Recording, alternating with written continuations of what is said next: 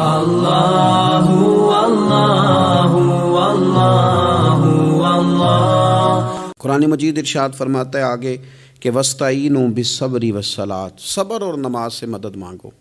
صبر کا لغوی معنی ہوتا ہے اپنے آپ کو روک لینا، مشکلات آئیں، مصیبتیں آئیں، آزمائشیں آئیں یا نفس کوئی خواہشات کرے تو اپنے آپ کو روکنا، یہ صبر ہے۔ صبر سارے کا سارا اندر کا معاملہ ہے، جو اپنے آپ کو روکنے پہ قادر ہو گیا وہ صابر ہے، اپنے آپ کو روک لے۔ سب سے زیادہ ہمیں نقصان ہماری اپنی خواہشات دیتی ہیں، ہمارا اپنے اوپر ہی قابو نہیں۔ صبر یہ ہے کہ انسان اپنے اوپر کنٹرول کرے، اپنے آپ کو روکے۔ اسی لیے نبی پاک صلی اللہ علیہ وسلم نے صحابہ سے پوچھا تھا نا، پہلوان کون ہے؟ تو یا رسول اللہ جو میدان میں اترے اور اپنے دشمن کو بچھاڑ دے، تو حضور نے فرمایا نہیں، جو غصے کے وقت اپنے آپ کو قابو کر لے وہ پہلوان ہے، جو تحمل کا مظاہرہ کر جائے وہ پہلوان ہے۔ صبر کا معنی ہوتا ہے اپنے آپ کو پہ کنٹرول رکھنا، آپ کو کنٹرول حاصل ہو اپنی خواہشات پر بھی، اپنے جذبات پر بھی، اپنے معاملات پر بھی، آپ اس کو کنٹرول کر سکیں۔ یہی تصوف ہے، یہی طریقت ہے، یہی صوفیاء سبق دیتے ہیں۔ تو فرمایا وَاسْتَعِینُوا بِالصَّبْرِ وَالصَّلَاةِ، صبر اور نماز سے مدد چاہو۔ ایک صبر کرو، دوسرا بندگی کرو، مصلی پہ بیٹھ جاؤ۔ جو تمہاری مدد تمہاری عبادت کرے گی نا، جو مصلی تمہاری مدد کرے گا وہ کوئی اور نہیں کر سکتا۔ مصلی پہ بیٹھو، نماز سے مدد چاہو۔ نبی پاک صلی اللہ علیہ وسلم کا طریقہ کیا ہے کہ اگر آندھی آئی ہے تو حضور نے نماز کی نیت باندھ لی، بارش نہیں ہوتی تو نماز کی نیت باندھ لی، اگر سورج چاند گرہن ہو گیا تو حضور نے نماز کی نیت باندھ لی، حتیٰ کہ کافر ساری رات صفیں سیدھی کراتے رہتے تھے اور رسول پاک ساری رات مصلی بچھا کے نفل ادا فرماتے رہتے تھے۔ نماز سے مدد چاہیں۔ ارشاد فرمایا کہ وَإِنَّهَا لَكَبِيرَةٌ إِلَّا عَلَى الْخَاشِعِينَ، صبر اور نماز سے مدد مانگو، بے شک یہ دونوں چیزیں بھاری ہیں، کام دونوں مشکل ہے، لیکن ڈرنے والوں پر مشکل نہیں۔ جو رب سے ڈرتے ہیں ان کے لیے مشکل ہے۔ اب مجھے اجازت ہونی چاہیے نا، یہ کہہ لینا چاہیے نا کہ کوئی شخص کہے میرا نماز میں دن نہیں لگتا، تو میں اسے کہوں کہ تو رب سے ڈرتا ہی نہیں، اصل میں تو ڈرتا ہی نہیں۔ اگر تو ڈرے تو لفظ ہی نہ ادا کرے، اللہ نے بلایا اور تو آیا ہی نہیں۔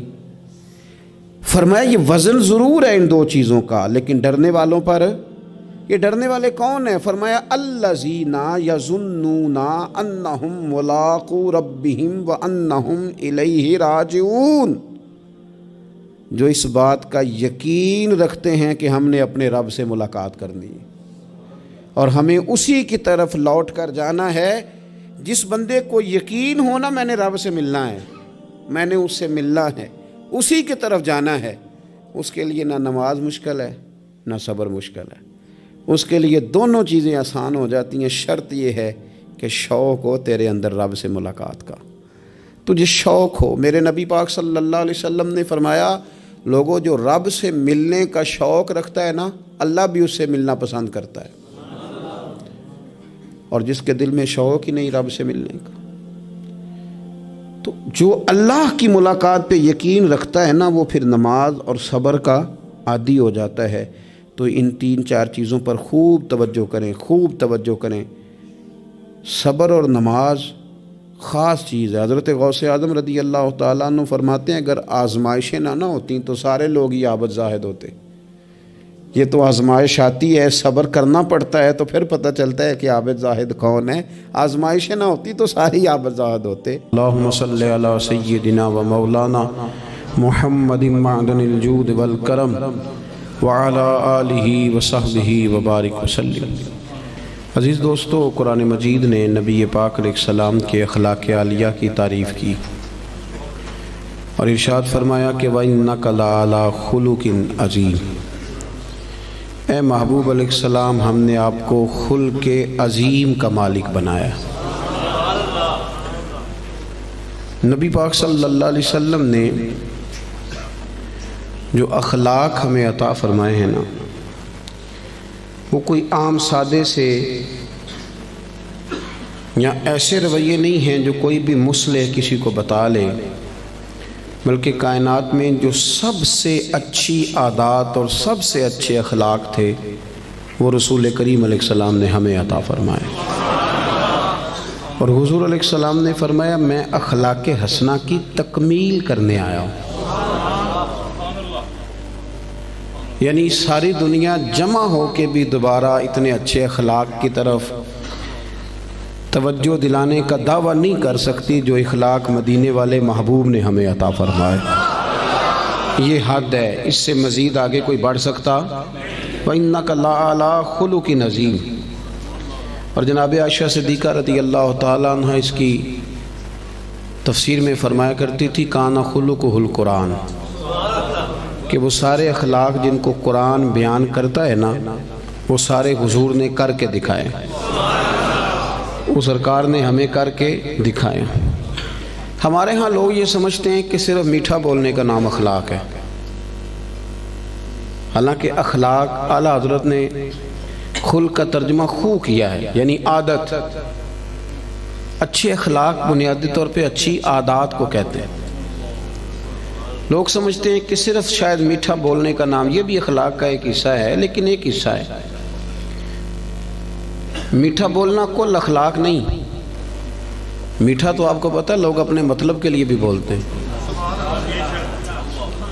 میٹھا تو لوگ مطلب کے لیے بھی بولتے ہیں۔ جہاز کا جو عملہ ہوتا ہے ان کی بڑی بڑی تگڑی تنخواہیں ہوتی ہیں، بڑی بڑی، تو ان میں سے جو آدمی 2 لاکھ روپیہ مہینہ لیتا ہے اسے پتہ ہوتا ہے کہ یہ بندہ 15,000 کی ٹکٹ لے کے بیٹھا ہوا ہے، لیکن وہ جتنی مرضی تلخی کرے ان کی ٹریننگ ہوتی ہے کہ تم نے تلخ نہیں بولنا، یہ ٹریننگ ہوتی ہے۔ بلکہ چلیں اس سے زیادہ کھول کے بات عرض کرتا ہوں، آپ یہ اپنے شہر میں کسی کپڑے والی دکان پہ چلے جائیں تو سیل مین سے کہیں کہ ایک سوٹ دکھائیں تو وہ آپ کو دکھائے گا، نہیں یہ نہیں مجھے پسند تو وہ دوسرا تھان کھول لے گا، یہ بھی نہیں پسند تو وہ سارے کھول کے لے آئے گا۔ آپ آنے لگیں گے تو کہے گا انکل ذرا ٹھہریے میں نے کچھ پیچھے بھی رکھے ہوئے، وہ بھی کھول کے لائے گا۔ پھر بھی آپ نے کہہ دیا کہ نہیں تیرے پاس وہ ہے ہی نہیں یار، تو نے میرا وقت ضائع کیا، تو پھر بھی بد اخلاقی نہیں کرتا وہ، بلکہ آپ سے کہتا ہے اگلے ہفتے آئیے گا نیا مال بھی آنا ہے۔ لیکن جب آپ نیچے اترے سیڑھیوں سے تو اس نے پیچھے سے کہا کہ ایک جوڑا اس نے لینا ہوتا ہے اور نخرہ دیکھو کتنا ہے، تو آپ کا کیا مطلب ہے؟ یہ بندہ اخلاق والا ہے؟ یہ اخلاق، اس نے تو غیبت کی، اس نے ظلم کیا اپنی جان پہ۔ لوگ سمجھتے ہیں کہ فقط میٹھا بولو، یعنی آپ میٹھے بولتے جائیں باقی جو مرضی کرتے جائیں۔ اخلاق صرف میٹھا بولنے کا نام نہیں، اخلاق میٹھا بولنے کو نہیں کہتے، اخلاق تو سچ بولنے کو کہتے ہیں۔ سچ بولنا اور اس سچائی میں پھر مٹھاس پیدا کرنا، پھر اس کا نام حسن اخلاق ہے۔ سچ بولنے کا نام اخلاق ہے، خودداری کا نام اخلاق ہے، عزت نفس کا نام اخلاق ہے۔ عزیز دوستو، دیانتداری کا نام اخلاق ہے۔ نبی کریم صلی اللہ علیہ وسلم نے نا ہمیں بلند اخلاق سکھائے، بلند اخلاق۔ آج جن چیزوں کی بہت زیادہ ضرورت ہے ان میں سے ایک چیز ہے خودداری، عزت نفس۔ یہ دولت بے بہا ہے۔ حضرت حکیم بن حزام رضی اللہ تعالیٰ عنہ فرماتے ہیں کہ ہم کچھ لوگ نبی پاک صلی اللہ علیہ وسلم کی بارگاہ میں حاضر ہوئے تھے، حضرت عبد الرحمن ابن عوف بھی ان میں شامل تھے۔ ہم جب حاضر، یہ سیاستہ کی روایت ہے، کہتے ہیں جب ہم حاضر خدمت ہوئے تو حضور نے فرمایا میرے ہاتھ پہ بیعت کرو، تو ہم نے اس کی حضور ہم تو پہلے بیعت کر چکے، بیعت اسلام تو ہو چکی۔ حضور نے دوبارہ فرمایا بیعت کرو۔ ایک صحابی نے پھر عرض کی حضور بیعت کر چکے ہیں، تو حضور نے فرمایا دوبارہ بیعت کرو، اور اس بات پر بیعت کرو کہ کسی دنیا دار کے آگے ہاتھ نہیں پھیلاؤ گے، کسی دنیا دار کے سامنے۔ ایک ہے اللہ والوں سے مانگنا، اللہ والوں کی مدد تو عین اللہ کی مدد ہوتی ہے، دنیا داروں سے مانگنا، اور ایک ہے دین کے لیے کسی کو توجہ دلانا، اس کا بھی معنی اور ہے، لیکن اپنی ذات کے لیے مانگنا، لالچ کرنا، لوگوں کی جیبوں کو دیکھنا۔ ہمارے نوجوان سہارے تلاش کرتے پھرتے ہیں، وہ میری لندن والی پھوپھی مہربان ہو جائے تو میرا کام بن جائے گا، کبھی میرا امریکہ والا ماموں مجھے لے جائے تو میں بچ گیا۔ سہارے ڈھونڈتے پھرتے ہیں، سہارے کمزور لوگ ڈھونڈتے، کمزور لوگ سہارے ڈھونڈتے ہیں، اسلام تو وہ والا اخلاق سکھاتا ہے کہ سہارے ڈھونڈو نہ بلکہ کسی کا سہارا بن جاؤ، سہارا بنو کسی کا۔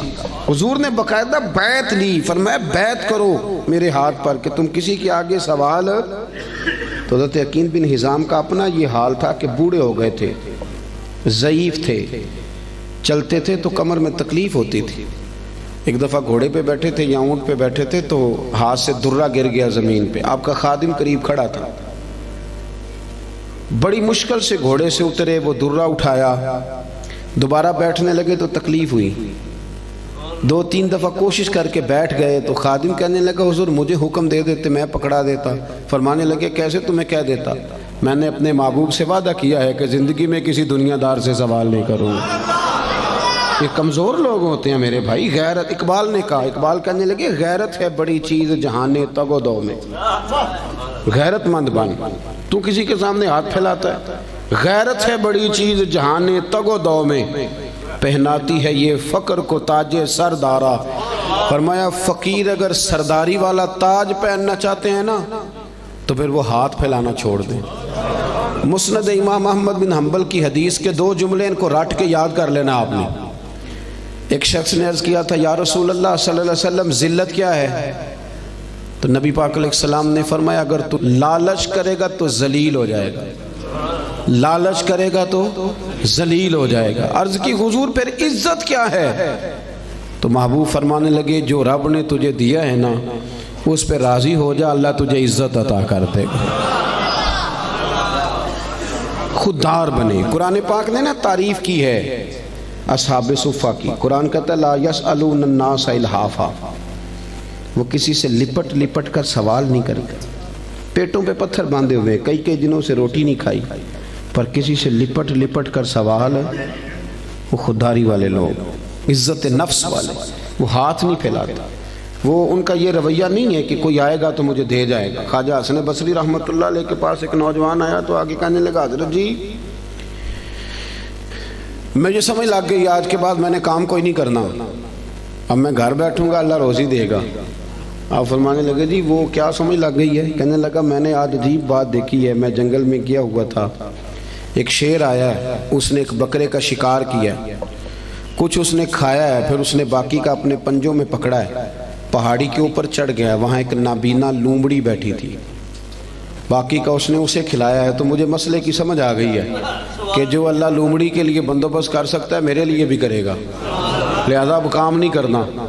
تو خواجہ حسن بصری فرمانے لگے سبحان اللہ کیا تیری سوچ ہے، تو نے 2 کردار دیکھے، ایک لومڑی دیکھی ایک شیر دیکھا، او خدا کے بندے تو نے لومڑی بننے کا فیصلہ کیا، شیر بننے کا کیوں نہیں کیا؟ تو شیر بننا، شکار مار، کھا بھی اور کھلا بھی، کھا بھی اور کھلا بھی۔ پڑھے نا ابن ماجہ شریف، ایک صحابی حاضر خدمت ہوئے، عرض کی حضور کچھ دیجئے۔ یہ نوجوان میری بات پہ خاص توجہ کرے۔ اب وہ اقبال کہا کرتے تھے لہو مجھ کو رلاتی ہے جوانوں کی تن آسانی، کہتے ہیں آرام پسند ہے، کہتے کرنا کچھ نہ پڑے، کچھ شارٹ کٹ رستہ ملے۔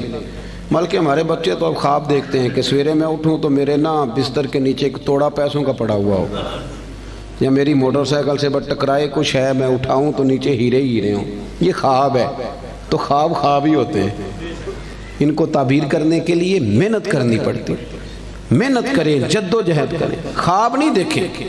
ہمارے ہاں مزاج ہی نہیں، توجہ ہی نہیں۔ ابن ماجہ کی حدیث، ایک شخص نے آ کے عرض کیا تھا یا رسول اللہ کچھ دیجئے، اور کہاں سے اس نے مانگا؟ اس بارگاہ سے کہ جہاں سے قطرے بھی ملے تو دریا بن جایا کرتا ہے۔ اعلیٰ حضرت فرماتے ہیں میرے کریم سے گر قطرہ کسی نے مانگا دریا بہا دیے ہیں۔ در بے، یہ لفظ کیا ہے؟ در بے بہا، در الگ ہے اور بے بہا، شیر ذرا سمجھ کے پڑھا کرا، دور اعلیٰ حضرت ہے نا تو ذرا اعلیٰ سوچ کے ساتھ پڑھنا پڑے گا، ہے نا جی۔ ہمارے نعت خاں کچے پکے شیر پڑھ دیتے، ہم یہاں سے پڑھیں وہ مدینے سنیں، سبحان اللہ۔ تو ماموں کانجن سے پڑھیں تو حضور سنتے ہیں، تو اگر فیصل آباد سے پڑھیں تو یہ کیا شیر ہوا؟ اعلیٰ حضرت کا شعر ہی اور ہے۔ اعلیٰ حضرت کا شعر یہ نہیں ہے کہ ہم یہاں سے پڑھیں وہ مدینے سنیں، بلکہ اعلیٰ حضرت کا شعر ہے کہ دور و نزدیک کے سننے والے وہ کان، دور سے بھی اور نزدیک سے سننے والے ایک یہ کان ہے تو ایک کان ہوتی ہے نمک کی کان، سونے کی کان، جس میں سے کچھ خزانے نکلتے ہیں. تو اعلیٰ حضرت فرماتے ہیں دور و نزدیک کے سننے والے وہ کان لالے کرامت پہ لاکھوں سلام. حضور کے جو کان ہے نا وہ کرامت کی کان ہے، وہ وہاں سے کرامت کے لال نکلتے ہیں. فاضل بریلوی کا شعر تو پھر وہ بہت ساری تفسیریں کرتا ہے نا، بار وقت نہیں کہ میں اس طرف جاؤں، مضمون پہ رہنا چاہتا ہوں. مانگا اس نے کچھ آ کے تو نبی پاک صلی اللہ علیہ وسلم نے نا، حضور سب کو دیتے تھے اور بے بہا دیتے تھے، اور جو ایک دفعہ حضور سے مانگتا تھا کہیں اور جانے کی ضرورت ہی نہیں پڑتی تھی. لیکن اس صحابی سے، نوجوان سے نبی پاک نے فرمایا تیرے پاس کوئی شے نہیں، تو مانگنے آیا ہے. تو اس نے عرض کی یا رسول اللہ میرے گھر میں نا ایک کمبل ہے اوڑھنے کا اور ایک پیالہ ہے پانی پینے کا. صحیح بتانا اتنا غریب کوئی اس محفل میں ہے جس کے گھر میں ایک ہی کمبل اور ایک ہی پیالہ ہو؟ بولتے کیوں نہیں؟ آپ ناراض ہیں؟ چلو نہ ہی کر دیں. کوئی ایسا غریب ہے؟ لیکن آپ ہر تیسرے آدمی سے پوچھیں حال کیا تو وہ رو پڑے گا، کہے گا سب سے غریب میں ہی نہیں. ہر تیسرا بندہ غریب ہے، پریشان ہے. اتنا بھی کوئی غریب ہوگا کہ ایک پیالہ پانی پینے کا اور ایک کمبل اوڑھنے کا؟ نبی کریم علیہ السلام نے نا وہاں اسے یہ نہیں کہا کہ چل تو رو آنسو بہا، اور میں لوگوں کو بھی کہتا ہوں کہ سارے کہیں کہ بڑا غریب ہے اس کے ساتھ تعاون کرو. نا، اس غریبی پر بھی رسول کریم نے غیرت کا درس دیا. حضور نے فرمایا جا کمبل اور پیالہ لے کے آ. وہ لے کے آئے تو اللہ کے رسول نے فرمایا کون خریدے گا بھائی؟ ایک صحابی نے عرض کی حضور 1 دینار، دوسرے نے کہا 2 دینار. حضور نے 2 دینار والے کو کمبل اور پیالہ بھی بیچ دیا. اس نے نہیں کہا کہ حضور 2 ہی چیزیں تھی وہ بھی بیچ دینے لگے ہو.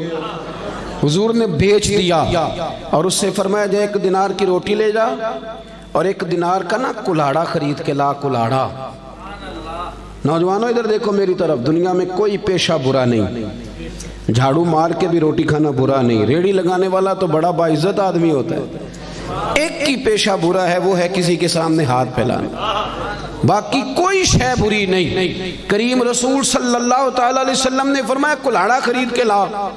صحابہ کہتے وہ کلاڑا خرید کے لایا پر اس کے نصیب دیکھو، کلاڑا وہ لایا پر اس میں دستہ میرے مصطفیٰ کریم نے اپنے دستے مبارک سے لگایا. اور حضور نے اسے فرمایا چلنا جنگل میں لکڑیاں کاٹ، کھا بھی اور کھلا بھی، پہن بھی، اور فرمایا 15 دن مجھے نظر نہ آنا، یعنی فرض نماز کے لیے آنا، اس کے علاوہ یہاں نہ آنا، جا کام کر. 15 دنوں کے بعد آیا. یہ لفظ امام سیوطی نے در منصور میں لکھے ہیں. 15 دن کے بعد آیا تو حضور نے فرمایا تیرا کیا حال ہے؟ عرض کرنے لگا یا رسول اللہ پہلے 1 کمبل تھا اب سارے گھر کے بستر بن گئے، پہلے 1 پیالہ تھا بڑے برتن بن گئے. اور امام سیوطی نے یہ لفظ بڑھا کے لکھے ہیں، یہ سہا کے نہیں ہیں. کہتے ہیں اس نے جیب میں ہاتھ ڈالا اور 10 دینار نکالے. عرض کرنے لگا حضور یہ رکھ لیں، مسجد اور مدرسے کے کام آ جائیں گے، یہ میری طرف سے نذرانہ. علامہ اقبال تھے یورپ میں، تو ان کے بیٹے نے خط لکھا کہ ابا جی مجھے کچھ پیسوں کی ضرورت ہے تو آپ کا نام لے کے کسی سے قرضہ پکڑ لوں. تو اقبال نے جواب میں نظم لکھ کے بھیجی. اقبال کہنے لگے دیار عشق میں اپنا مقام پیدا کر، دیار عشق میں اپنا مقام پیدا کر، دیار عشق میں اپنا مقام پیدا کر، نیا زمانہ نئے صبح و شام پیدا کر. خدا اگر دل فطرت شناس کرے عطا تجھ کو تو پھر سکوت لالا و گل سے کلام پیدا کر. اور اقبال کہنے لگے پتر میرا طریق امیری نہیں فقیری ہے، خود ہی نہ بیچ غریبی میں نام پیدا کر.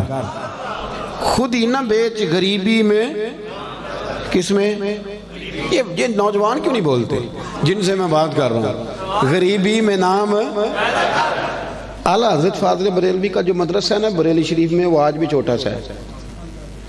یہ تھوڑا سا کرنی پڑتی ہے محنت شنت. تو بڑے خوددار آدمی تھے. کسی نے کہا بہت بڑے شاعر ہیں. نان پارا ایک ریاست ہے انڈیا کی، اگر نان پارا کے نواب کے لیے 2-3 شعر لکھ دیں تو مدرسہ بن جائے گا. تو اعلیٰ حضرت کہنے لگے چلو کوئی حرج نہیں، لکھ دیتے. یہاں تقریریں بکتی نہیں، نعتیں بکتی نہیں، یہاں بڑا کچھ نہیں ہوتا نیلام. تو 2 شعر لکھ دیں. کہنے لگے لکھ دیتے. کیا خوبصورت شعر لکھے. کہنے لگے کروں مدح اہل دول رضا، اور پڑے اس بلا میں میری بلا، میں تو گدا ہوں اپنے کریم کا، میرا دین پا رہا ہے نان۔ اعلیٰ حضرت کے چھوٹے بیٹے تھے حضور مفتی اعظم ہند مولانا مصطفیٰ رضا خان صاحب۔ علامہ ارشد القادری ایک بہت بڑے عالم گزرے ہیں، وہ جمشید پور میں رہتے تھے، کہتے میں نے ان کو بلایا اعلیٰ حضرت کے صاحبزادے کو محفل پہ، تو جب جانے لگے نا تو میں نا لفافے میں کچھ رقم رکھ کے بطور نذرانہ دینے لگا۔ نذرانہ سنت ہے، یہ تحفہ ہے۔ کہتے ہیں حضور مفتی اعظم نے مجھ سے پوچھا یہ کیا ہے، تو مجھے کہنا چاہیے تھا نذرانہ ہے، تحفہ ہے۔ میرے منہ سے نکل گیا حضور کرایہ ہے، آنے جانے کا کرایہ ہے۔ تو کہتے ہیں میرے منہ سے نکل گیا تو حضرت نے لپیٹ کے پیسے میری جیب میں دیے، کہنے لگے ارشد القادری صاحب یہ رکھیے، میں احمد رضا کا بیٹا ہوں، میں کرائے کا مولوی نہیں کہ جو کرایہ دے گا اور مجھے بلا لے گا۔ میرے والد نے بتایا ہے کرو مدح اہل دول رضا، پڑے اس بلا میں میری بلا، میں گدا ہوں اپنے کریم کا، میرا دین پارا ہے۔ نوجوانوں یہ اخلاق سب سے پہلے سیکھو، سب سے پہلے کہ کسی دنیا دار کے سامنے ہاتھ آپ محنت کریں، اللہ تو محنت کرنے والے کو محبوب ہی بڑا رکھتا ہے۔ آپ مشقت کریں، آپ دیکھیں رب کتنے رستے کھولتے۔ اور ایک اور بات، جو لوگ سیڑھیوں سے چلتے ہیں نا، بے ساکھیوں سے، انہیں پیروں پہ چلنا ہی نہیں آتا۔ اگر اپنے پیروں پہ چلنا سیکھو گے نا تو ایک دو دفعہ لڑکھڑاؤ گے، پھر سیدھے کھڑے ہو جاؤ گے، سیدھے کھڑے ہو جاؤ گے۔ سب سے پہلا اخلاق یہ سیکھو کہ کچھ بھی ہو جائے تھوڑے پہ گزارا کرو، تھوڑے، لیکن اپنے گھر کے اندر رہو۔ اگر آپ کا اپنا مکان ہے اور وہ کچا ہے تو ہمیں کیا ضرورت ہے کسی کا پکا دیکھنے کی، جو ہمارا ہے وہ محل ہے، ہمیں کیا ضرورت؟ خودداری، عزت۔ اور دوسرا اخلاق، آپ کو پتہ ہے نبی پاک صلی اللہ علیہ وسلم کی سب سے پہلے شہرت کیا ہوئی تھی؟ کہ صادق اور امین ہے۔ صادق اور بول کے بتائیے، حضور سب سے پہلے معروف کس بات سے ہوئے؟ ہمارے ہاں نا پاکستان کے آئین میں جھوٹ کی سزا ہی کوئی نہیں۔ پاکستان کے آئین میں جھوٹ کی سزا، آپ جائیں تھانے اسے کہیں اس بندے نے میرے ساتھ 50 جھوٹ بولے ہیں، کہے گا اس کا پرچہ ہی نہیں ہو سکتا۔ اور جھوٹ اتنا عام ہو گیا، غلط بیانی، جھوٹ، اور وہ طے کر کے بولتے ہیں لوگ جھوٹ، طے کر کے، یعنی شادی کارڈ پہ جان بوجھ کے لکھتے ہیں کہ 12 بجے کھانا ہے، کھلاتے ہیں 12 بجے۔ کیوں لکھتے ہیں؟ یہ جھوٹ نہیں؟ کیوں آپ نے جھوٹ لکھا؟ پھر اس کے ساتھ آپ نے انشاءاللہ کا جملہ بھی استعمال کیا، کیا ضرورت تھی اس کی؟ اتنا جھوٹ۔ ایک بچہ مجھے کہنے لگا حضرت صاحب میری اماں سے کہہ دیں کہ اس دفعہ میں ضرور لے کے جاؤں گا عمرے پہ۔ تو میں نے کہا بھی آپ کی اماں آپ کہہ دیں، کہنے لگے میں نے 15 دفعہ پہلے بھی وعدہ کیا عمرے پہ بھیجنے کا، اب میری ماں میرا یقین ہی نہیں کرتی۔ ہمارے گھر میں سب سے بڑی لڑائی بھلا کیا ہے؟ بی بی کہتی ہے کہ روٹی روزی کا مسئلہ نہیں، مجھے اعتبار ہی نہیں کہ یہ سچ بولتا ہے کہ جھوٹ بولتا ہے۔ ہم نے اعتبار ضائع کر لیا، اعتبار ضائع ہو گیا، لوگ یقین کرنے کو تیار نہیں۔ وہ حضور کا اخلاق جس سے میرے رسول پاک نے آغاز فرمایا، جس سے حضور کی تعریف ہوئی، سچ بول۔ پڑھے نا ابو داؤد شریف، ایک صحابی نے کہا تھا یا رسول اللہ مومن بزدل ہوتا ہے، حضور فرمانے لگے ہو جاتا ہے کبھی کبھی۔ اس نے کہا یا رسول اللہ مومن کنجوس بھی ہوتا ہے، فرمایا کر لیتا ہے میرا مومن کبھی کبھی کنجوسی بھی۔ آیکون المؤمن کاذبا قال لا، او کما قال صلی اللہ تعالی علیہ وسلم۔ اس شخص نے عرض کی یا رسول اللہ کیا آپ کا کلمہ پڑھنے والا جھوٹ بھی بولتا ہے؟ تو میرے محبوب فرمانے لگے مومن سارا کچھ ہو سکتا ہے، جھوٹا نہیں ہوتا۔ سچے نبی کے ماننے والے جھوٹ بولتے، بددیانتی کا مظاہرہ کرتے، تو اتنا جھوٹ بولا۔ اور سنیں ترمذی شریف، جاگ رہے ہیں آپ لوگ؟ حضور نے فرمایا تو سچ بول کے تجارت کر۔ اچھا یہاں بھی ایک بات کر دوں، لوگ کہتے ہیں جھوٹ کے بغیر کام نہیں چلتا۔ میرا یہ خیال ہے کہ سچے کا کام زیادہ چلتا ہے۔ بندے کہتے ہیں وہ 5 روپے زیادہ لیتا ہے پر بندہ کھرا ہے، چیز غلط ہے، اس کی تو شہرت اچھی ہو جاتی ہے۔ ترمذی شریف کے لفظ ہیں، اللہ کے حبیب صلی اللہ علیہ وسلم نے فرمایا تو سچ بول کے تجارت کر، اللہ سچے تاجر کو قیامت کے دن نبیوں کے ساتھ جگہ عطا فرمائے گا۔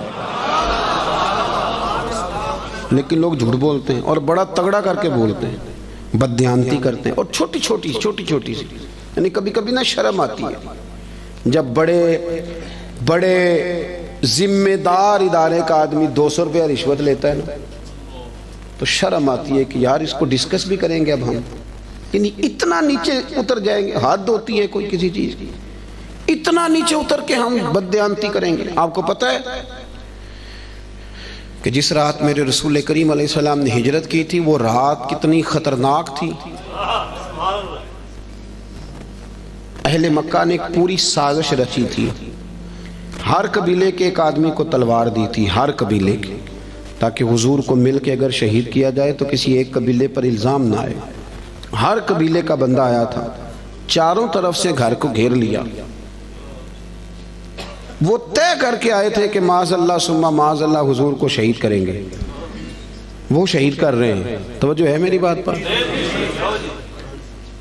اور سرکار حضرت مولا علی شیر خدا سے فرما رہے ہیں کہ تو میرے بستر پہ لیٹ جا، سویرے لوگوں کی امانتیں واپس کر کے آ جانا۔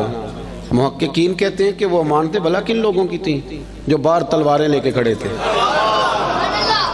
مجھے سچ بتاؤ کہ جس بندے سے میں نے لینا ہو لاکھ روپیہ وہ عمرے پہ جانے لگے، حالانکہ مجھے پتہ ہے کہ 20 دنوں میں 28 دنوں میں لوٹ آئے گا، تو میں اسے جانے دیتا ہوں؟ میں کہتا ہوں پہلے میرے پیسے رکھ۔ آپ ذرا اس بات کو اس کو عام نہ لیجئے گا، ذرا اس کی گہرائی دیکھیں کہ آپ ایک بندے کو شہید کرنے لگیں، آپ اس کا خاتمہ کرنے لگیں اور آپ کے پیسے اس کے گھر میں پڑیں۔ انوکھی بات نہیں؟ اخنس بن شریک سے ابو سفیان کہنے لگے کہ سنا تیرے بھی پیسے وہاں پڑے ہیں، تو تو شہید کرنے آ گیا تو پیسے تو لے لینے تھے۔ تو اخنس بن شریک کہنے لگا ابو سفیان چپ کر، بات کا تجھے بھی پتہ ہے اور بات کا مجھے بھی پتہ ہے، وہ باہر سے نہیں آئے، یہیں پیدا ہوئے، یہیں جوان ہوئے، ہمارے سامنے ان کی کن پٹیوں پہ بال سفید آئے، جانتا تو بھی ہے اور پتہ مجھے بھی ہے، مخالفت جتنی مرضی کریں، پر یہ تو ہمیں پتہ ہے نا کہ وہ دنیا سے چلے بھی گئے تو ہماری امانتیں پھر بھی ضائع نہیں ہوں۔ آپ کیا بات کرتے ہیں صاحب؟ تیری صورت تیری سیرت زمانے سے نرالی ہے اور تیری ہر ایک ادا پیارے ادائے بے مثالی ہے۔ میرے عزیز، اتنی بڑی بات کہ پیسے گھر میں پڑے ہیں، تو ان کا یہ دعویٰ ہے کہ وہ شہید بھی ہو گئے تو ہماری امانتیں ضائع۔ لیکن یہاں کیا حال ہے؟ بڑا بڑا سیاںہ بندہ، بڑا سیاںہ کہتا تیرا بیانہ گیا، ختم، چھٹی۔ کس حساب سے رکھ لیا آپ نے بیانہ؟ کس مفتی سے فتویٰ لیا؟ لیکن چھوٹی چھوٹی چیزوں میں بددیانتی، جھوٹ، دغا، فریب، اور آپ یقین کریں کوئی فائدہ نہیں ہوتا، لوگ پھر بھی جھوٹ بولتے ہیں، مذاق میں جھوٹ بولتے ہیں، جھوٹی کہانیاں سناتے ہیں۔ چھوڑیں، مہینہ چل رہا ہے سیدنا ابو بکر صدیق کا۔ حضرت ابو بکر صدیق رضی اللہ تعالیٰ عنہ نا نبی کریم صلی اللہ علیہ وسلم کو لے کے نا غار ثور پہ تشریف لے گئے۔ آج جب حاجی جاتے ہیں نا وہاں زیارت کے لیے تو رستے میں نا 5-6 جگہ سٹے کا مقام بنا ہوا ہے، چائے پیتے ہیں، بوتل پیتے ہیں، پھر بھی واپس آ کے ڈینگے مارتے ہیں کہ میں چڑھ گیا تھا جی، میں ہو آیا ہوں جی، میں تو یوں گیا اور یوں آیا، حالانکہ رستہ بنا ہوا ہے، رستے میں کئی جگہ پانی پیا، پھر بھی بڑی بڑھ کے۔ جب حضرت صدیق اکبر لے کے گئے تھے تو رستہ بھی کوئی نہیں تھا، وقت تھا رات کا۔ وہ درویشوں نے کیا خوب بات کی، جب دیکھا نا کہ حضور کو ذرا تکلیف ہو رہی ہے تو جناب ابو بکر کہنے لگے حضور میرے کندھوں پہ آ گئے۔ وہ درویش کہنے لگے او ویکھو پبا پار کدب نہیں جے لاؤندا تے 100 پہاڑ تے چڑھیا جاندا، او پیا جاندا دے یار نبی دا اے اصلی دلدار نبی۔ ابو بکر صدیق نے نا اپنی جوان بیٹی، ذرا توجہ کرنا میری بات پر، بیٹیاں بڑی پیاری ہوتی ہیں۔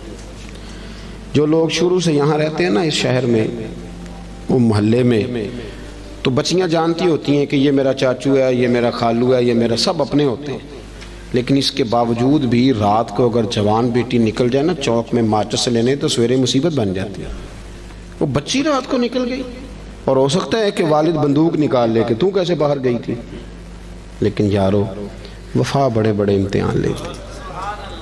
حضرت صدیق اکبر نے اپنی جوان بیٹی جناب اسماء بنت ابی بکر سے کہا پتر میرے نبی پاک کو نا تازہ کھانا ملنا چاہیے۔ حضرت اسماء کہتی میں روز روٹی پکاتی تھی اور تازی پکاتی تھی، اور جب دنیا سو جاتی، جوان بیٹی، رستہ کوئی نہیں غار میں جانے کا، دنیا سو جاتی تو کہتی ہیں میں پھر چادر اوڑھتی۔ آج بھی جہاں غار ثور ہے وہاں آبادی کوئی نہیں، آج بھی نہیں، تو اس وقت کیا عالم ہوگا۔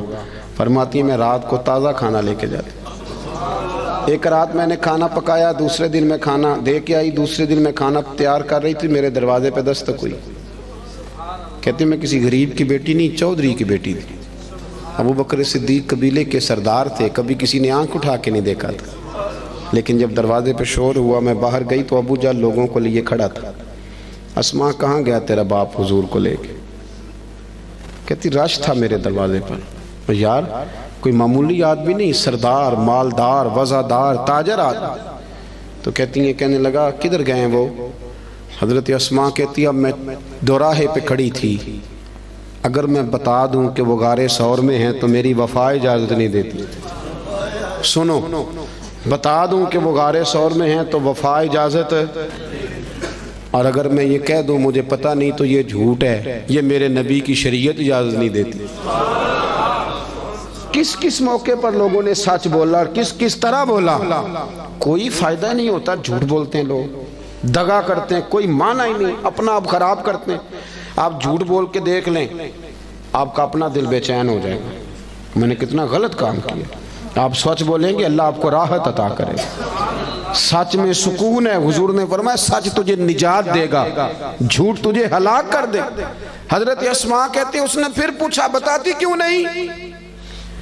کہاں گئے تیرے والد حضور کو لے کے؟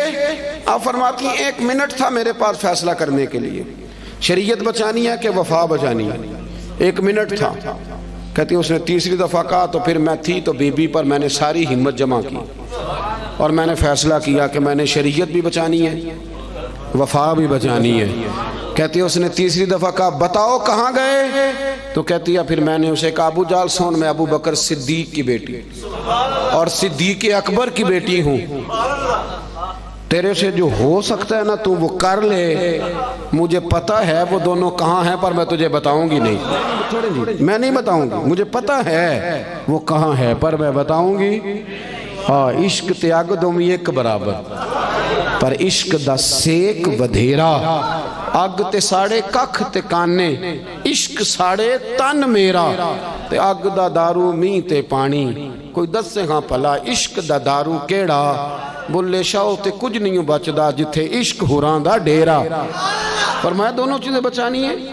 میں نے فوراً کہا، میں نے کہا مجھے پتہ ہے پر میں بتاؤں گی. کہتے ہیں جب میں نے یہ کہا تو اسے بڑا غصہ آیا، اس نے ایک تھپڑ مارا، زمین پہ گری، کان میں بالی تھی، پتھر کو لگا کان تو کان پھٹ گیا. کہتی میں سردار کی بیٹی تھی، میں کو کسی چھوٹے آدمی کی تو نہیں تھی نا. جب کان پھٹا تو لوگوں نے ابو جال کو پکڑا، ادھر آ تو بچیوں کے منہ لگتا ہے، خیال کر. لوگ اسے لے گئے. کہتی میں اسی حال میں اٹھی، میں نے اپنے کانوں پہ چادر لپیٹی اور پھر روٹی پکائی، اور پھر میں نے دیکھا کہ ذرا لوگ زیادہ گہری نیند چلے جائیں، رات گہری ہو جائے تو میں غار ثور میں گئی. کہتے جب وہاں کھانا رکھا، دیا جلایا تو جناب صدیق اکبر پریشان ہو گئے. اسماء پتر منہ کیوں لپیٹا ہوا ہے؟ بیٹی رہتی ہو نا دو کہیں تو وہ ٹیلی فون پہ رات فون پہ صحیح بات نہ کرے تو ابا ساری رات سوتا ہی نہیں، پتہ نہیں تینوں کی. اور بچی منہ لپیٹا، کیا ہوا؟ کچھ نہیں آپ کھانا کھائیں. کیا ہوا ابا جی دیکھیں کیا پکایا؟ اسماء پتر بتا کیا ہوا؟ جب جناب صدیق اکبر کی تشویش دیکھی تو حضور سید عالم آقا کریم نے فرمایا اسماء بتاتی کیوں نہیں، کیا ہوا؟ عرض کی حضور کچھ نہیں، ابو جال آیا تھا، اس نے پوچھا ہے میں کیا کرتی، اگر بتا دیتی تو دل اجازت نہیں دیتا تھا، اور اگر جھوٹ بولتی تو آپ کی شریعت میں منع ہے. حضور میں نے اسے کہا ہے مجھے پتہ ہے بتاؤں گی نہیں، تو اس نے تھپڑ مارا ہے. یہ کہہ کے جناب اسماء نے جب چہرے سے کپڑا ہٹایا تو خون پھر بہنے لگا. حضرت صدیق اکبر نے آنسو سمیٹ کے دامن میں چھپائے تو میرے محبوب نے ہاتھ اٹھائے، کہا اے اللہ میں ابو بکر سے راضی ہوں، تو بھی میرے صدیق سے راضی ہو جاؤ. میرے عزیزو ہم تو نا بلا وجہ کا جھوٹ، بلا. حضرت معروف کرخی رحمت اللہ تعالی علیہ، بغداد کے لوگ آپ کے پاس آئے، کہنے لگے حضور دعا کر دیں بغداد میں بارش نہیں ہوتی. تو آپ فرمانے لگے یہ جو میرے سامنے کریانے والا ہے نا، یہ جو دال بیچتا ہے، شکر بیچتا ہے، گڑ بیچتا ہے، اس سے دعا کراؤ بارش ہو جائے گی. لوگ کہنے لگے حضرت صاحب وہ تو ہمارے ساتھ ہی نماز پڑھتا ہے، سارا کچھ ہے، ہم جانتے ہیں. فرمایا اس سے دعا کراؤ بارش ہو جائے گی. لوگ کہتے ہیں جا کے اسے کہا میاں دعا کر دو، کہنے لگا حضرت صاحب سے کراؤ، تو کہنے لگی انہوں نے ہی تو بھیجا ہے۔ اچھا انہوں نے بھیجا ہے؟ ہاتھ اٹھا دیے، یا اللہ تیرے بندے کہتے ہیں تیرے بندے نے بھیجا ہے، مہربانی کار بندوں پہ رحم فرما۔ ابھی دعا پوری بھی نہیں ہوئی کہ رب کریم نے بارش عطا کر دی۔ لوگ چلے گئے، کچھ جو اہل دل تھے وہ دوڑے ہوئے حضرت معروف کرخی کے پاس آئے، عرض کی حضور یہ کوئی علیحدہ نمازیں پڑھتا ہے واپس آ کے، الگ نمازیں پڑھتا ہے؟ تو آپ فرمانے لگے نہیں، اتنی پڑھتا ہے جتنی تم پڑھتے ہو، سنت شریعت کا پابند ہے، داڑھی رکھی ہوئی ہے، 5 وقت مسجد آتے ہو، تو حضور پھر اتنی قبولیت؟ آپ فرمانے لگے 35 سال ہو گئے میرے سامنے دکان کرتا ہے، یہ سودا پورا تولتا ہے اور گاہکوں کے ساتھ سچ بولتا ہے۔ تو جو بندہ 35 سال سے سچ بولے، اللہ کی نافرمانی نہ کرے، وہ بھی جب ہاتھ اٹھائے تو عرش کا مالک فوراً دعائیں قبول فرمائے۔ ایک تیسری بات یہ سنیں کہ حضور کا اخلاق یہ ہے کہ زندگی کا کوئی لمحہ ضائع نہیں کرنا، بے مقصد وقت نہ گزارے کبھی بھی۔ سرکار نے نا لوگوں کو ایک مقصد دیا، اس مقصد پہ چل نکلے۔ حضرت بلال کا بھی مقصد تھا، حضرت عمر فاروق کا بھی ایک، حضرت خالد بن ولید کا بھی ایک۔ میری بات کی سمجھ آ رہی ہے؟ کوئی زندگی میں نا کوئی مقصد بنائے، اور اگر اللہ دے توفیق تو پھر میرے نبی کریم کے دین کی خدمت کو بھی مقصد بنائے۔ پتہ میں آپ کو عرض کروں، کسی بندے کو لو لگ جائے نا کہ میری 4 بہنیں جوان ہیں، میرا ابا بوڑھا ہو گیا ہے، تو 4 بہنیں اس سے چھوٹی ہوں تو پردیس چلا جاتا ہے اور کہتا ہے پہلے ان 4 کی شادی کروں گا پھر اپنی کروں گا۔ کرتے ہیں کہ نہیں ایسے لوگ؟ کرتے ہیں نا۔ لو لگ گئی ہے نا کہ میں نے اپنے گھر کو چلانا ہے، کسی کو گھر چلانے کی لو لگ گئی، کسی کو مکان بنانے کی، کسی کو بہنیں بیانے کی، کسی کو ماں باپ کو حج کرانے کی۔ کچھ ایسا بھی ہونا چاہیے کہ دین آگے پھیلانے کی بھی لو لگ جائے۔ ہم نے نا بحث سمجھ لیا ہے کہ دین بس بحث کرنے آیا ہے، 1 ربیع الاول سے 12 ربیع الاول تک بحث کرو کہ میلاد منانا چاہیے کہ نہیں، اور ٹکا کے کرو۔ اور جن کی 7 نسلیں میلاد مناتی آ رہی ہیں اور سارے منا، وہ بھی پوچھتے ہیں ہر سال ہی کہ جائز ہے کہ ناجائز ہے۔ میں کہتا ہوں اب بس کریں، اب کتنا کو پوچھنا ہے، اب عمل کا رستہ اختیار کریں۔ اب اور میں نے اس دفعہ دوستوں سے کہا تھا کہ میرا دل کرتا ہے اب یہ نہ پوچھو میلاد منانا چاہیے کہ نہیں، اب میرا یہ دل کرتا ہے کہ ہم سے یہ پوچھیں کہ میلاد کی جھنڈیاں وضو کر کے لگانی چاہیے کہ بغیر وضو کے بھی لگ جاتی ہیں۔ اب ساری زندگی یہیں اڑے رہنا ہے، آگے بھی تو بڑھو نا تھوڑا سا۔ دین کے لیے نا جد و جہد نہیں، شوق نہیں، بلکہ بہانے بازی ہے، فلانا لڑتا ہے، فلانا ایسے کرتا ہے، فلانا۔ چھوڑیں، آپ نے عمل کب کیا ہے؟ دین کو تھوڑا سا مقصود بنائیں، کوئی ایک لائق سا بچہ نکال کے نا اسے دین کا عالم بنائیں، کچھ تھوڑا سا نا دینی چیزوں کو پڑھیں، کچھ لوگوں کو پڑھنے کی رغبت دیں۔ ہمارے ہاں نا وہ کسی ایک مدرسے کا کوئی استاد، اس کی فوٹو چھپ جائے نا اس نے بڑا مارا ہے اور بچے کے کمر پہ نشان پڑ گئے تو فوٹو اچھی چلتی ہے سوشل میڈیا پہ 4 دن۔ مجھے بھی ایک نے لا کے دکھائی، کہنے لگے مولوی صاحب مار مار کے ویکھو کی حال کیتا ہے۔ میں نے اسے کہا کہ کتنے مدرسے ہیں پاکستان میں؟ مدرسوں کی تعداد ہزاروں میں، تو یہ ایک بندہ آپ کو ایسا نکل ہے تو آپ نے ادھم مچا دیا ہے۔ اس نے غلط کیا، اسے ایسا نہیں کرنا چاہیے تھا، پر آپ میرے ساتھ چلے، میں بتاتا ہوں یونیورسٹیوں میں کیا کیا خرابیاں ہیں، کالجوں میں کیا خرابیاں ہیں۔ آپ حیران ہوں گے کہ نشہ سب سے زیادہ یونیورسٹیوں اور کالجوں میں بکتا ہے۔ آپ نے کبھی دیکھا ہے کوئی مولوی ہائی لائٹ کرتا ہو کہ یونیورسٹیوں میں یہ کچھ ہو رہا ہے؟ کبھی دیکھا آپ نے؟ نہیں کرتے، اس لیے کہ ہم سمجھتے ہیں وطن ہمارا اپنا ہے اور یونیورسٹیاں ہماری اپنی ہیں، پڑھنے والے بچے ہمارے۔ ہم مدارس کے بچوں کو اپنا کیوں نہیں سمجھتے؟ مسجد کو اپنا کیوں نہیں سمجھتے؟ یہ بھی ایک ادارہ ہے، یہ بڑا کچھ ہمیں دیتا ہے، بڑا کچھ۔ لوگ کہتے ہیں مولوی کچھ نہیں کر رہے، تو میں کہتا ہوں کبھی ایسا ہوا ہے کہ تراویحاں کسی مسجد میں رہ گئی ہوں کہ حافظ نہیں ملا؟ بتائیں کبھی ہوا ہے؟ اس مسجد میں آج جمعہ نہیں ہوا جی، مولوی کوئی نہیں ملا۔ تو مدارس کچھ کر رہے ہیں تو اتنا بڑا انقلاب آیا ہوا ہے۔ ہر شعبے کے لیے آپ کو بندہ ملتا ہے۔ اپنا دین کو مقصد بنائیں، اور کچھ نہ کر سکیں تو کم از کم دینی لوگوں کی حوصلہ شکنی نہ کریں۔ ایسے کہ بندہ پگڑی باندھ کے آ جائے تو اسے کہہ دے کہ تو اچھا لگ رہا ہے۔ ویسے ایک میرا دل کر رہا ہے بات کر دوں، وہ بھی میں کر ہی دیتا ہوں۔ آپ نا بیوٹی پارلر سے تیار ہو کے ہیں تو لوگ کہیں گے سونے لگ رہے ہیں، یہی کہیں گے. لیکن اگر آپ امامہ باندھ کے، داڑھی رکھ کے، کنگھی کر کے، خوشبو لگا کے ہیں تو لوگ تعریف پھر بھی کریں گے، پر یہ نہیں کہیں گے سونے لگ رہے ہیں، کہیں گے کتنا نورانی چہرہ ہے. تو دین کے رنگ میں تو تعریف بھی بدل جاتی ہے اور مزہ دیتی ہے. تو اپنا مقصود بنائے. مجھے بتایا گیا یہاں مسجد اور بڑی جلدی مدرسے کا بھی آغاز ہونے لگا ہے. میں اس چیز کا قائل ہوں کہ مسجد اور مدرسہ جہاں بھی ہو وہ میرے نبی پاک کی پسند ہے. اپنی توجہات بڑھایا کریں. انسانوں میں غلطیاں ہوتی ہیں. مسجد و مدرسوں میں رہنے والے لوگ فرشتے نہیں ہوتے، انسان ہوتے ہیں. تو غلطیاں جہاں ہوتی ہیں ان کو صحیح کیا جاتا ہے، غلطیوں کی مخالفت شروع نہیں کی جاتی. اس مدرسے کو، اس مسجد کو آپ نے توجہ دینی ہے. توجہ. میرے پاس نا میرے کچھ مریدین جو لاہور سے تعلق رکھتے ہیں وہ سارے آئے ہوئے تھے، کچھ دن ہو گئے. وہ کافی سارے لوگ تھے تو کچھ وظائف کی بات چیت چل رہی تھی. تو میں نے انہیں کہا بھی تمہارا ایک وظیفہ میں نے اور بڑھا دیا. وہ پیر صاحب وہ کیا؟ میں نے کہا آپ جس محلے سے آئے ہیں نا، آپ نے ہر جمعے اپنے محلے کی مسجد کی صفائی کرنی. یہ ہمارا وظیفہ ہے، اس کو آپ نے پڑھنا ہے. اور مسجد کے انتظامی معاملات میں مداخلت نہیں کرنی. امام، خطیب، کمیٹی کیا کر رہی ہے اس سے سروکار نہیں. مسجد کی صفائی کریں. آپ کر کے دیکھیں، اللہ آپ کو سکون عطا کرے گا. بہت بڑے درویش گزرے، بابا فرید. جو بندہ کہتا تھا نا دل پریشان ہے، اسے جھاڑو دیتے تھے. کہتے تھے جا مسجد میں جا کے جھاڑو دے، رب تجھے سکون عطا کرے گا. اور خود فرمایا کرتے تھے اٹھ فریدہ ستیا تے جھاڑو دے مسجد.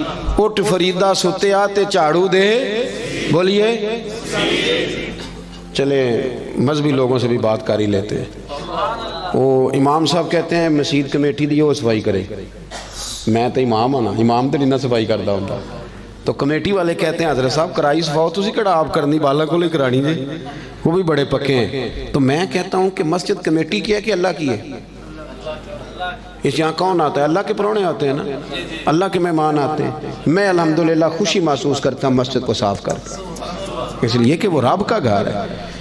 تو آپ مسجد میں رہتے ہیں، میں مسجد میں رہتا ہوں. اس کا کیا معنی ہوا کہ ہم اس میں بھی کہیں کہ ہماری حدق ہو رہی ہے، ہم کسی چودھری کا گھر صاف کر رہے ہیں؟ تو رب کریم کا گھر ہے.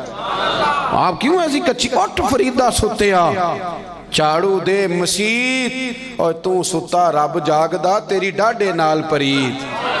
اٹھ فریدہ ستیا. داڑھی آ گیا پور، اگا نیڑے آ گیا پچھا رہ گیا دور. اٹھ فریدہ ستیا تے خلقت ویکھن جا، متے کوئی مل جائی بخشیا تے تم ہی بخشیا جا.